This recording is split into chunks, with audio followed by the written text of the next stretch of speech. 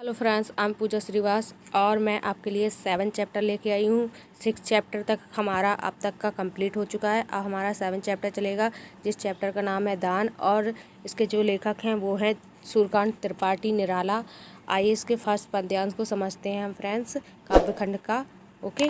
निकला पहिले अरविंद आज, देखता अनिद्य रहस्य साज। सौरभ बसना समीर बहती, कानों में प्राणों की कहती। गोमती क्षीण कटी नटी नवल, नृत्य पर मधुर आवेश चपल। संदर्भ प्रस्तुत पद्यांश हमारी पाठ्यपुस्तक के काव्यखंड के दान शीर्षक से उद्धृत है। यह सूर्यकांत त्रिपाठी निराला द्वारा रचित अपरा काव्य संग्रह में संकलित है। प्रसंग प्रस्तुत पद्यांश में निराला जी ने पूष माह की प्रत्ययकालीन प्रकृति सुंदरता का चित्रण किया है। कवि को प्रकृति की यह सुंदरता रहस्य से परिपूर्ण लगती है। व्याख्या निराला जी कहते हैं कि प्रकृति के रहस्यमय और सुंदर श्रृंगार को देखने के लिए पहला कमल उपवन में खिल गया है, अर्थात प्रकृति के रहस्यों को देखने के लिए आज ज्ञान के प्रतीक सूर्य का उदय हो गया है। इस प्रकार प्रत्यय काल में वायु सुगंध रूपी वस्त्र धारण किए जब कानों के पास से गुजरती है तो ऐसा प्रतीत होता है कि वह हृदय की बातें कह रही हो, मानो जैसे प्राणों को प्रफुल्लित करने का संदेश दे रही हो।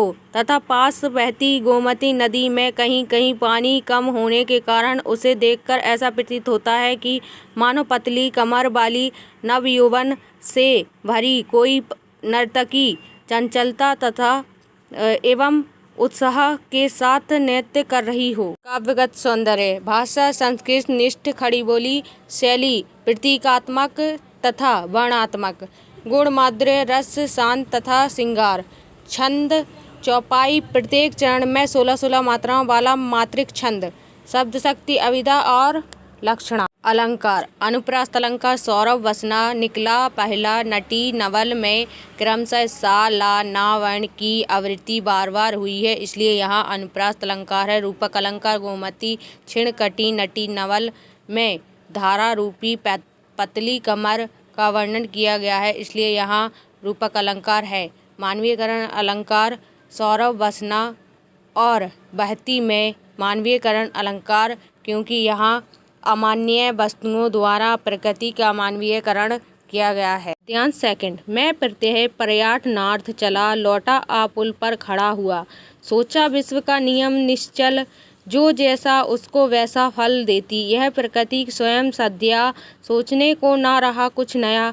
सौंदर्य गीत बहुवर्ण गंध, भाषा भाव के छंद बंध और भी उच्चतर जो विलास प्रकृतिक दान वे सप्रयास या अन्यास आते सब में है श्रेष्ठ धन्य मानव। संदर्भ पूर्वत प्रसंग प्रस्तुत पद्यांश में कवि ने प्रत्ययकालीन भ्रम करते हुए प्रकृति के विविध साधनों को देखा है और तुलनात्मक रूप से मनुष्य को ईश्वर की सर्वश्रेष्ठ रचना बताया है। निराला जी कहते हैं कि एक दिन मैं प्रत्ययकालीन भ्रम के लिए गोमती नदी के तट पर गया और लौटते हुए पुल पर आकर खड़ा हो गया। वहाँ मैंने सोचा कि प्रकृति के सभी कार्य निश्चित नियम से चलते हैं, जो मनुष्य जैसा कर्म करता है उसे वैसा ही फल मिलता है। कवि कहता है कि प्रकृति का यह नियम निश्चल है और इसके विषय में कुछ नया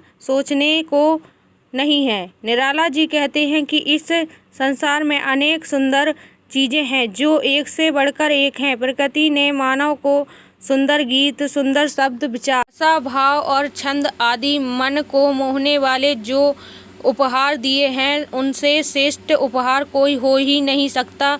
यह सब प्रकृति के दान के फलस्वरूप ही है, जो प्रयत्न पूर्वक या अचानक ही मानव को प्राप्त हो जाते हैं। इसलिए इस संसार में मनुष्य को सर्वश्रेष्ठ माना जाता है।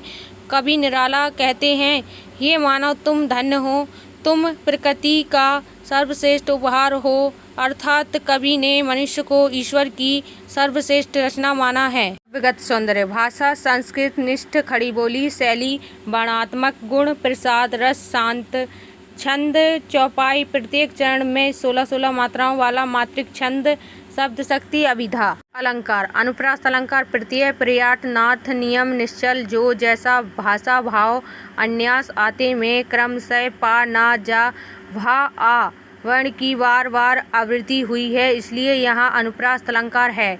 भाव सम्य प्रकृति के संबंध में अन्य कवि ने भी इसी प्रकार के भाव व्यक्त किए हैं। नियति चक्र का खेल जगत में चलता है, बिन रुके हुए दृश्य अदृश्य सकल परिवर्तन इसके हाथों बिके हुए।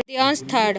फिर देखा उस पुल के ऊपर बहुसंख्यक बैठे बानर, एक और पंथ के कृष्ण कह कंकाल शेष नर मृत्यु प्रिय, बैठा सा शरीर दैन्य दुर्बल, भिक्षा को उठी दृष्टि निश्चल, अति क्षीण कंठ है तीव्र श्वास, जीता ज्यों जीवन से उदास, होता जो वह कौन सा साप, भोगता कठिन कौन सा पाप, यह प्रश्न सदा ही है पथ पर सदा मौन इसका उत्तर, जो बड़ी दया का उदाहरण वह पैसा एक उपाय कर। संदर्भ। पूर्वत प्रसंग प्रस्तुत पद्यांश में कवि ने प्रकृति की सर्वश्रेष्ठ रचना मानव के प्रति मानव की संवेदनाहीनता का वर्णन दान करने का ढोंग करने वाले व्यक्तियों से संबंधित एक घटना के माध्यम से प्रस्तुत किया है। व्याख्या। निराला जी कहते हैं कि एक दिन प्रातः काल ब्रह्म से लौटते हुए उन्होंने देखा कि गोमती के पुल पर बहुत संख्या में बंदर बैठे हुए हैं तथा रास्ते के एक और एक सांवले रंग का हड्डियों का ढांचा मात्र दिखाई देने वाला दीनहीन दुर्बल सा भिखारी बैठा हुआ था। ऐसा लग रहा था जैसे उसकी मृत्यु निकट आ गई हो। भिक्षा मांगने के लिए उसकी आंख ऊपर को उठ जाती थी, उसकी आवाज़ अत्यंत कमज़ोर हो गई थी, उसकी सांसें तेज चल रही थीं। ऐसा लग रहा था जैसे वह जीवन से उदासीन होकर जीवन बिता रहा हो। ना जाने वह किस पाप के दंड स्वरूप सांप को भोग रहा है, वह इतना कष्ट उठा रहा है। इस मार्ग पर आने जाने वाले सभी लोग उसे देखकर यही सब सोचते हुए निकल जाते हैं। कोई समाधान के लिए आगे नहीं बढ़ता, अर्थात किसी के पास कोई समाधान नहीं है। कोई अधिक दया करता भी था तो एक पैसा उसकी ओर फेंक दिया, मानो यह उसकी दशा को ठीक कर देने वाला एकमात्र उपाय हो। काव्यगत सौंदर्य। भाषा संस्कृत निष्ठ खड़ी बोली, शैली वर्णनात्मक व व्यंग्यात्मक, गुण प्रसाद रस शांत एवं करुण, छंद चौपाई, प्रत्येक चरण में 16-16 मात्राओं वाला मात्रिक छंद, शब्द शक्ति अभिधा तथा लक्षणा। अलंकार। उत्प्रेक्ष अलंकार। जीता ज्यों जीवन से उदास में ज्यों बोधक शब्द का प्रयोग किया गया है, इसलिए यहाँ उत्प्रेक्ष अलंकार है। अनुप्रास अलंकार। कृष्णा का कंकाल दैन्य दुर्बल, जीता ज्यों जीवन में क्रमशः का दा जा वर्ण की आवृत्ति बार बार हुई है, इसलिए यहाँ अनुप्रास अलंकार है।